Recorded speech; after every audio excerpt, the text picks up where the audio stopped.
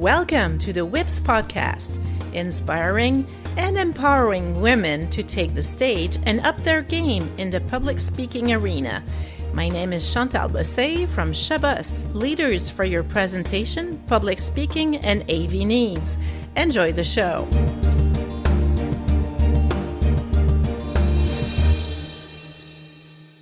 Hello, everyone. My guest today is Pradeepa Narayanaswamy. She's from Dallas, Texas. Welcome, Pradeepa. Hi, Chantal. Thank you so much for having me on today. I'm very, very grateful for the opportunity. And it's a pleasure to talk to you again. And I'm sure we'll have a great conversation. We'll be able to give valuable tips to our listeners. And let's just start with that. What's your business so people get to know you a little bit more? Yeah, nowadays I call myself as a fertility coach. So my mission is to really help women, men, and couples going through fertility challenges and help their journey suck less. That's the part I like when you describe it, because you know exactly what it was, and it is what it is. So I'm sure people will understand that. Yeah. It's such a tough journey. It's such a lonely journey, and it's still a taboo subject in our community. You're right. And I am taking a stance to break it. It doesn't have to be a taboo. It doesn't have to be hush hush. And there is help available, because oftentimes people get stuck going through this journey. Lack of clarity. I don't know what I'm doing next. My doctors are telling me this. My family is telling me this. That too. Going through the motions. So that's where I come in. I used to be like that. I became a fertility coach because I struggled through very long and painful journey with infertility, 8+ years. That's right. So that's very valuable to help them through that journey too. Yeah. So I really help people get unstuck. I really help people move forward in their lives and go after their impossible goals or things that they wanted to do in their lives. So that's where I come in. Oh, that's a precious thing to do with people. And I'm sure they appreciate it a lot. And we've had a conversation before. I have the feeling you're a little bit more of an outspoken person, but what's your take on it? Yes, I am. I'm not a shy person. I speak, and I'm definitely outspoken and extrovert by nature. Oh, that's good. And was that how you first got to do public speaking? And when was the first time you did public speaking? Yeah. So my public speaking experience, the inspiration for me comes from my father. My father is an amazing speaker. Why I'm saying him as an amazing speaker is he doesn't, he tells stories. He doesn't speak. That's right. He tells stories to people. He make his audience laugh, like people giggle, people laugh. He tells stories, and he tells stories about me, my younger brother, like some of the goof ups that we did at home, like as his example. And people can relate to them with their kids and with their family and some things like that. And that's really like, I used to sit and like listen to him like, wow, that's an awesome way to connect with your audience, no matter who they are. He was a good role model, finally. He was an extremely good role model for me. And that's where I got the inspiration. And my first speaking experience, I started at school, like very, very young. That's right. And how did you like it at the time? Was it probably easier because of your father's model? I still remember these, Chantal. Every when I sign up for like a competition, it's like oratory competition. When I sign up for a speaking competition or something like that at school, every morning when my father is having his breakfast before getting ready for his work, he typically helps me with the speech writing, and he teaches me about like how do I even have to stand. How do I have to, keep my face, like my shoulders, like pose? How should my hands go, like behind me or in my side, like my posture, everything. It's not just things that come out of my mouth, my overall. And every morning I still remember that when he is eating his breakfast, I have to stand in front of him and pretend he's my audience, and I have to practice in front of him. I love that. And it reminds me of some things I did with my oldest son myself. So I wish more families would do that. Imagine how our world would be now if more kids learned to be comfortable to speak in public, even with their family. Oh, absolutely. For me, it's practice, like practice. And my dad pushed me. I wasn't sure whether I was a born speaker. I don't know that. I don't know whether that was an innate skill for me, but I practiced the heck out of speaking. And I mean, like, I have my brother, my grandma, my grandpa, and my mom as an audience.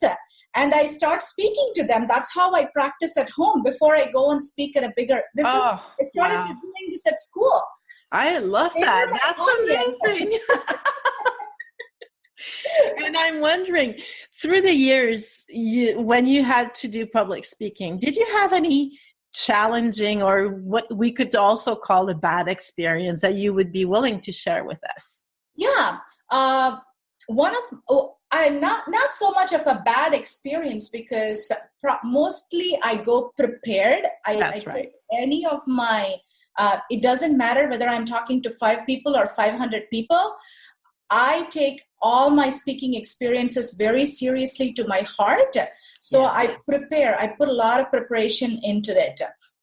But one time, this happened 3 years ago, it was at a pretty big conference, and I was a speaker, and I was actually talking about, my topic was passionate listening. And until right before I went into my presentation, I was about to present at 2:00 in the afternoon, Eastern time.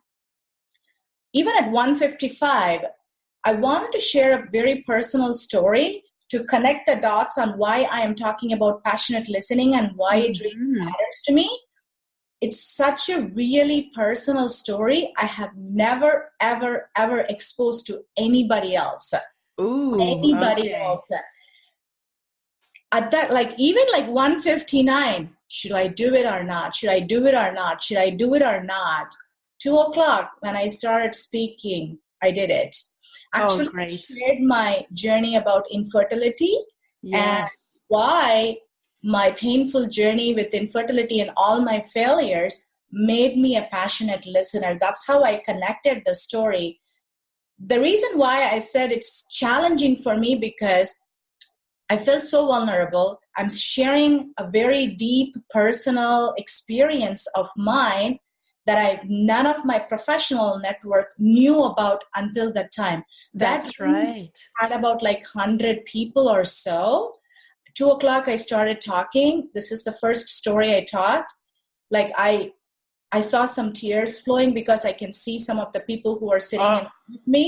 Nobody left the room. It was an hour and 15-minute presentation. Everybody was just hooked. That's awesome. Yeah, I took a chance.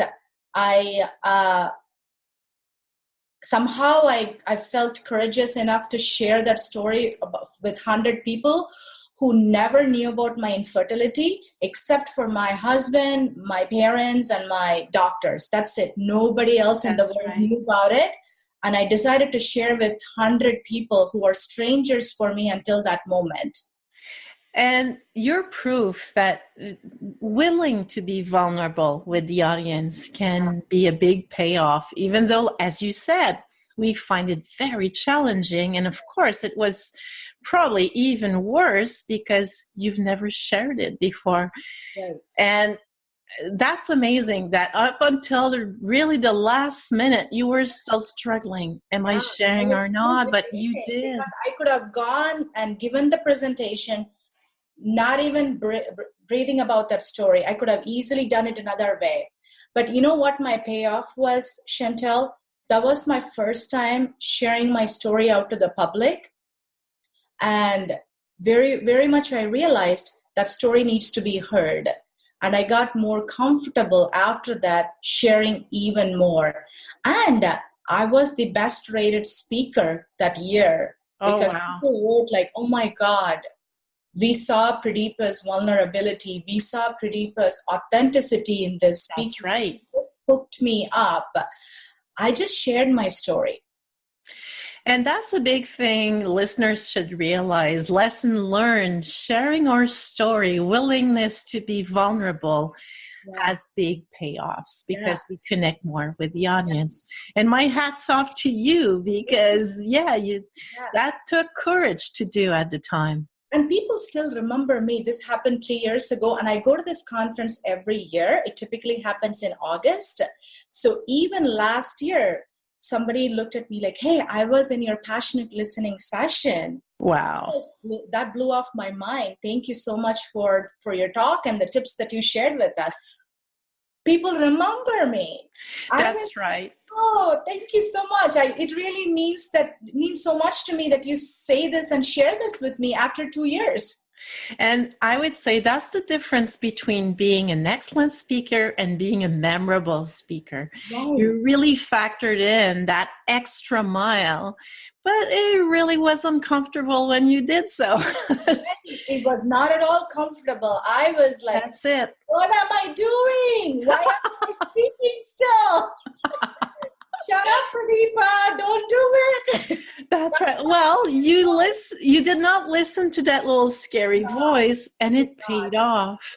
So, it was challenging, but also at the same time, it's still quite an interesting, great moment. I would be curious to know what's the other greatest memory you might have that you would be willing to share? With regards to speaking, whenever this was another conference, and again, speaking from my heart, speaking from sharing my story, like what really happened to me and why this talk is important. Like, why am I giving this, right? Bringing stories into my conversations always resonates with people. Human beings love stories. As a speaker, if you're a storyteller, like people are able to resonate. Oh, that's me 5 years ago. Oh my God, that's really happening to me in my life right now, or at my work right now, or wherever that is. That stories really resonates with people. I love speakers who tell stories. I love speakers who make me cry. I love speakers who make me laugh. Yes. Those are inspirational for me. I will never ever forget talks like that. Once, like there was the speaker at this conference, she shared her experience about a very challenging situation. And it was a room full of like 2,000 people. Wow. Suddenly I saw myself like tears flowing down quite a bit in my eyes. And I kind of looked at everybody. And then I see people wiping their tears. Nobody will ever forget that speech. Exactly. Never forget that moment. So things like that. And to me, I want to tell stories. Oh, that's a great thing. Yeah, I want to tell stories where people can have some takeaways from that. People can have some aha moments from that. People can relate. Relate and connect. And as I always say, make them care. If we connect with them, they care because they realize that we're a little bit like them or a lot like them. Exactly. I want to connect with them at that level. Just because I'm speaking, I'm no way superior or anything like that. I never stand in a podium. I never. No. I hate that idea of standing in a podium. If I have always an opportunity, I always be in the floor with the audience, going around the room. That's how I connect with them. Oh, you're right. And maybe that would be something. And that's something I tell clients all the time. You should be master of how you want to take the stage. Don't let the technology people or even the event organizer dictate to you how you should be taking the stage. Right. So if it's not comfortable or normal, to be behind a podium. And I would also say we should never be comfortable behind a podium because we're not connecting. We're disconnecting with the audience. Exactly. That's why I never stand in a podium. I always step down from the podium and just always be with the audience and be one among them. I'm speaking to you. You are speaking to me. Yes. How can we interact here? How can we connect here with the little time that we have? That's exactly. How I'm speaking. And tell me, Pradeepa, what makes you feel comfortable as your clothing and wardrobe when you take the stage? Because sometimes those type of tips can help people. Yeah. I always wear, nowadays for last 3 years or so, Indian clothing. I'm originally from India. So I wanted to show myself who I am from. I want to represent my culture. I wear a pretty big bindi. You can see me in the video now. Like I have a pretty big bindi on my forehead. I wear that. And that's how I show up. I want to show up who I am, what I represent, which culture that I'm coming from, and the dress that I am comfortable in. So my biggest wardrobe tip for your listeners, be comfortable in what you wear. Don't wear like a 6-inch heels if that's the first time that you're trying and you're not comfortable with that. Or don't wear a dress that is not you. That's right. Show up as you. People want to see you. Not the accessory, not the what brand are you wearing? Chanel? Are you wearing? No. Who cares? Who cares? People want to see you, the speaker. People want to connect with you. That's right. So show up as yourself, and people appreciate authenticity. So last year at a bigger conference with 2,500 people, Chantel, I wore a sari. Oh, nice. I wore a sari, and a lot of people took pictures with me like, wow, that's awesome. Like, sari is a very, popular and a very traditional Indian dress for women. And I showed up. It's very comfortable, Marmi. I'm so used to wearing sari all the time growing up in India. And it's so colorful usually. You have beautiful colors.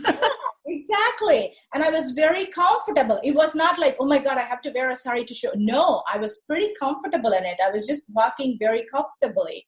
So that's an example. Show up who you are. Bring your authenticity in. Yes. So like, even if it's a piece of jewelry or a piece of clothing that defines you as an individual, that's what people like to see. And that's how you can connect. Oh, that's valuable. And I really love what you just shared with people. And tell me, one last tip you would have to empower women to take the stage. What would it be? Practice. I love you. Practice.